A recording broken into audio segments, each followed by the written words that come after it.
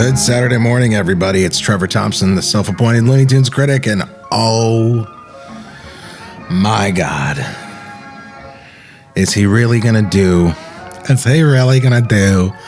all this in rabbit stew?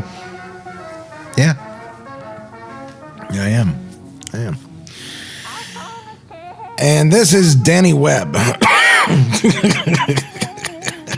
Just gonna dive right into it. It's a funny voice, actually, I have to say, because there are a lot of racial stereotypes going on here, but of course.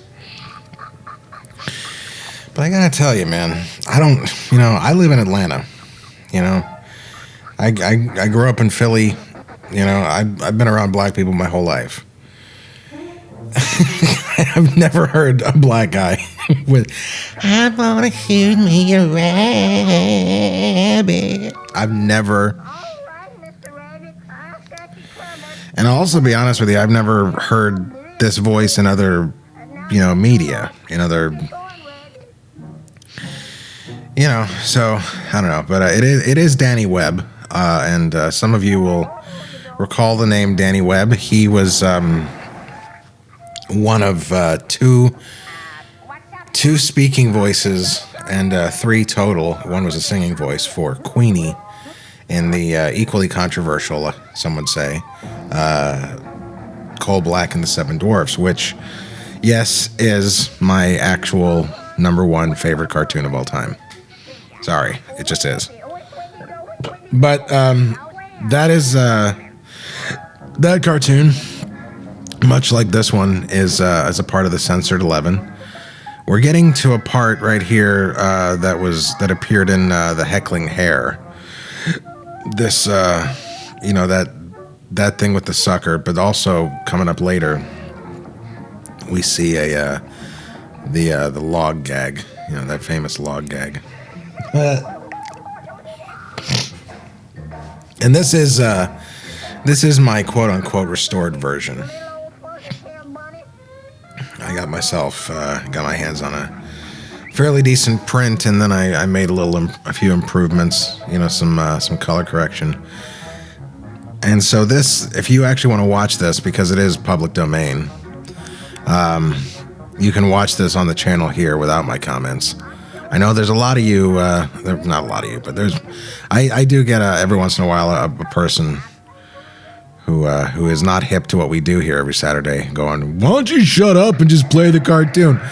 Because if I don't talk, you can't watch the cartoon, stupid. That's how, it becomes fair use, is me talking about this stuff. So, but if you're familiar with, if you do want to watch this uncut without my comments, if you are one of those people, you can see this here on the channel, this copy. And in fact, a very interesting comment that I read.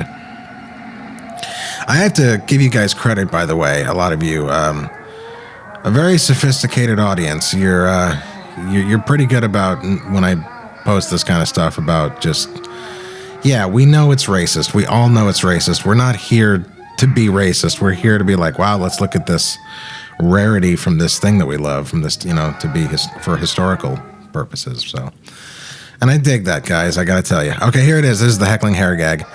But one of the commenters on my restoration of this said that it was they thought it was uncharacteristically cruel of Bugs to remove this kid's clothing, and B, to remove this kid's fig leaf on top of everything, leaving him truly naked. And I was really taken aback. I was like, really? You think this is a kid? You think a kid is gambling and doing all this, adult stereotypical stuff? By the way, I do apologize for the choppiness up here of this. Maybe I will someday get a better copy, because it's not your computer. It actually is choppy. I didn't realize that when I uploaded it, that it was in a choppy condition. I don't know why. I don't know why things are the way they are, okay? People, how great is that? how great. That's Virgil Ross at his best. And Bugs flying apart there.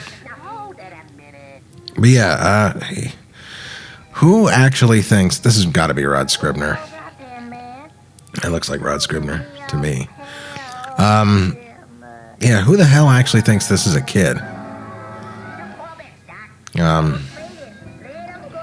And if so, it's like it would be completely out of character because it's rare that a kid is ever, Bugs's adversary. And if he was his adversary, he wouldn't, strip him nude. I don't know. I don't know where I was going with this. You never want to talk about, it's a controversial cartoon anyway, so it's, what can you do, right? You can actually see this on a DVD, but it's only in clips. There's a documentary called King Size Canary, Tex Avery and the Looney Tunes Revolution, and it's on the Platinum Collection, the Volume 2 Blu-ray, and it's a bonus feature, so you can see it there. Little clips. All right, guys. See you next week.